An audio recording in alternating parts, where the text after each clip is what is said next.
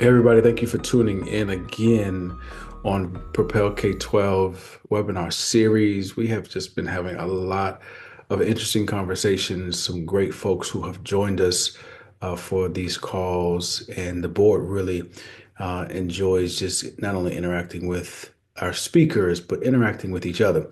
As a board, we might only meet 3 or 4 times a year, so it's really good when we can engage and these level of educational discussions with each other. It's fun. It really is.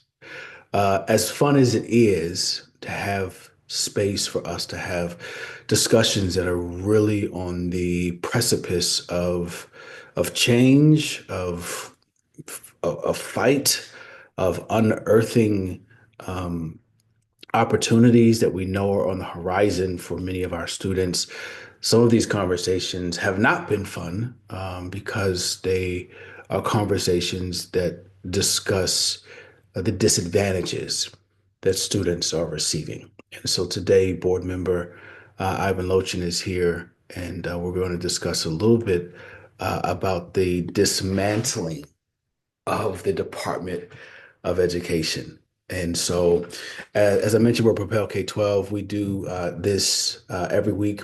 We are an incubator of great thought. We provide platforms for vital exchange of knowledge, targeted professional development, and robust networking for school leaders.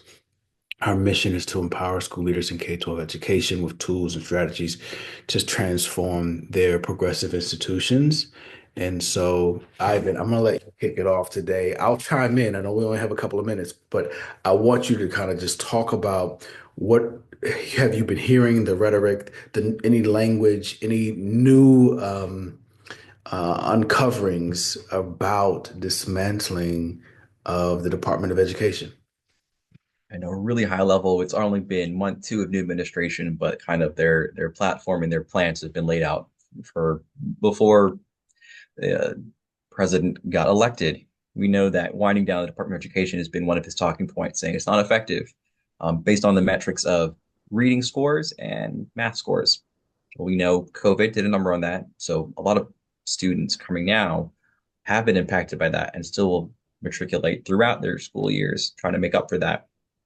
When you think of the Department of Education, we think of, oh, big oversight, but really their biggest thing, the contribution that they make is supporting schools and communities that are Mhm. poorer and those with disabilities, Mhm. making sure that those disadvantaged have access, have resources, have support so that they can become productive people in society. Mhm. A lot of the grants you see getting taken away right now, a lot of the employees that have been fired, frankly, and taken away from programs have been targeted at those supporting, especially those students with disabilities, transitioning into higher ed or job transitions.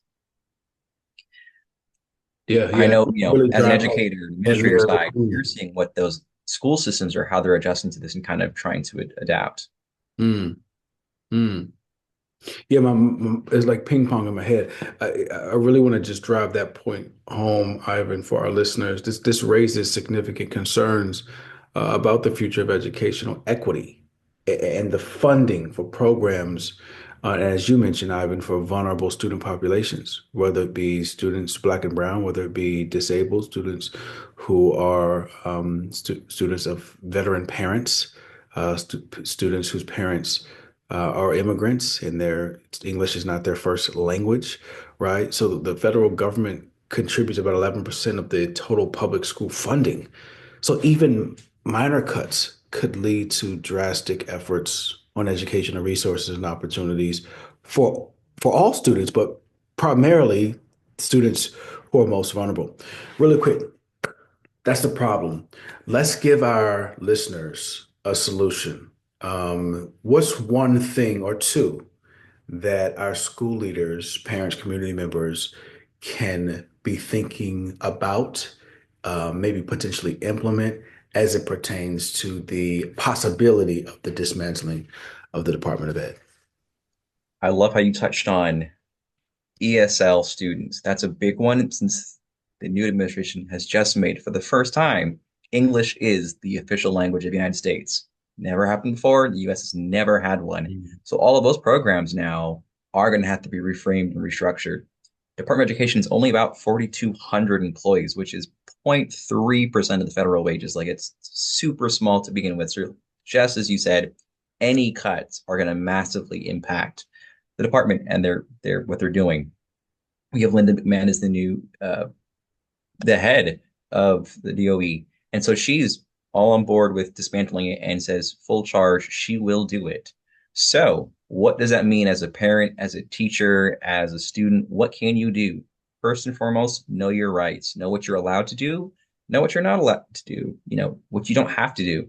We see of some of these ICE raids on schools, knowing your right of not having to admit somebody in, or knowing your rights as a U.S. citizen or as a student, whatever you might situation might be, know your rights, know what's going on around you so that you can educate others, and go to your school boards, go to your school teachers, go to your administrators saying, these are our concerns. These are what's the school doing to make sure that some of these resources and supports are still available in our school, even if certain funding goes away or rhetoric around your community changes. Yeah, yeah, that's good, man. I know we're at time. I want to share this last point just to really kind of add on to what you just said. And I think it's the notion of advocating for public school districts to articulate their values and ethics unequivocally. Like, yes, community members, yes, parents, but the school district articulate your values and ethics unequivocally. You have values, you have ethics. It's posted on your website. Don't hide behind technicalities or philosophical frameworks, right? You need to hammer home that you welcome, you respect, you protect, you teach every student, no exceptions. Being silent is not going to save us. It's playing complicit with what's happening around us. That's what being silent is. People who put their heads down and think that this will pass, no, no, we have to continue fighting. We're stronger in numbers, and we need to stop scrubbing our websites to rename things to avoid being targeted and losing federal funds. If you lose the funds, I hope that K-12 and colleges and institutions do not lose their integrity, their principles, and their values just to appease funding. And I think that's when community support come in. So yes, public schools articulate your values and ethics. And should you lose funding, you've got to be able to call on the champions in the community who will stand the district up and see us through this time. So thanks for tuning in.